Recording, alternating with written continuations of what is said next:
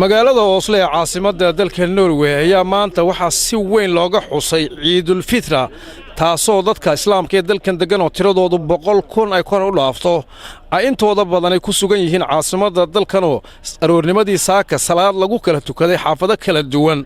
iyadoo dadku salaadii kadib ay santarada magaaladu ay aad uga muuqdeen walow ay maalintan ahayd maalin axad oo dalkan guud ahaan laga fadhiyo shaqada taasina aanan ka muuqan marka aad eegto xaafadaha Soomaalidu ay degan yihiin waxaanu haddaba la kulannay dadka Soomaalida ee degan magaaladan anagoo weydiinay sida dareenkoodu uu yahay maanta Ciidul Fitra xuskeeda waxaana yiraahdeen ciid wanaagsan waxaan rajaynaynaa ciideeda inaan ku wada ciidno farxad aniga iyo reerkay iyo saaxiibkay xasaraasto ciid wanaagsan dhammaan ummadda Soomaaliyeed meel kasta ay joogto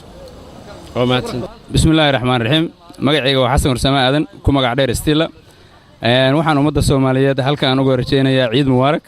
ana leeyahay ciid mubaarak dhammaan meel kasta ay joogaan wassalaamu calaykum waraxmatullaahi wabarakaatuh السلام عليكم كل دمان وحن سلام يا أمضى مسلمين تا وكنا الدون كودن أنا جو عبد العزيز قال لي بحا أو جوجا مقالة أصل برتمه هذا وحلو عيد يا سئان إن بعادة هين ضدك قروح يشرفت كم وقتها ما شاء الله وحن لا هي عيد ونا مقعي أحمد نور علي وحال كان كسلام يا دمان أمضى مسلمين تا ملك جوجان عيد مبارك كل عام وأنتم بخير dhammaantiin aad baan idin salaamayaa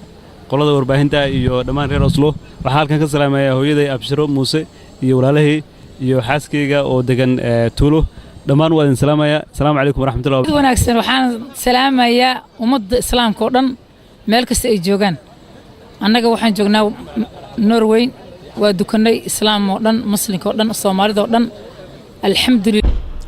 xuska Ciidul Fitra farxadiisa maalintan muslimiinta dalka degan khaasatan kuwa Soomaalida ah ayaa intooda badan waxa ay ku duceynayeen in la helo dal dib loogu noqdo nabad ah walow dalka Soomaaliya uu muuqdo xilligan meel soo hagaagayso marka ay dib ugu celiyaan caruurahooda iyo dadka waayeelka ee dalkan degan ee u baahan meel nabad ah inay tagaan kuwaasoo duco ku soo jeedinay ciidda barakeysan falligeeda in dalkooda uu nabad noqdo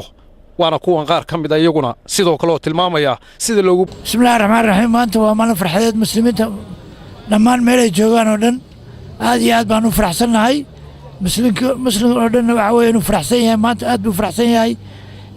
waxaan leeyahay Soomaali ilaahay dawlad fiican oo dhaliyo oo rasmi ah oo ay maaragtay waxaan jecelahay insha Allah ciideeda inaan wadankeena nabada Soomaaliya gacmaha asaasata aanu ku ciidno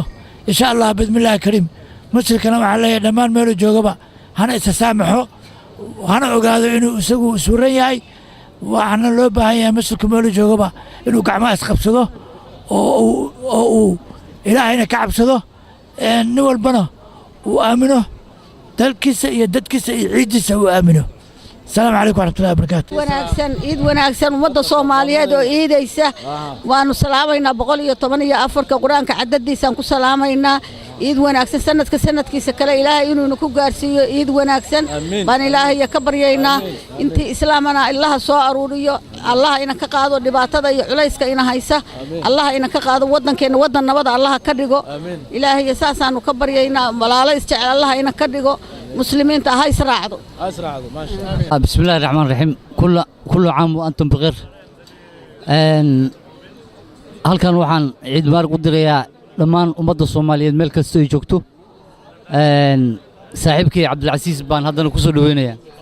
ciid mubaarak bismillaahir rahmaanir rahiim halkan waxaan ka salaamayaa hooyada Cadar Ismaaciil Warsamo degan Burco waxaan leeyahay ciid mubaarak kullu caam wa antum bikhair iyo walaaladay oo kala jooga Sacuudi Arabiya Sweden iyo Muqdisho iyo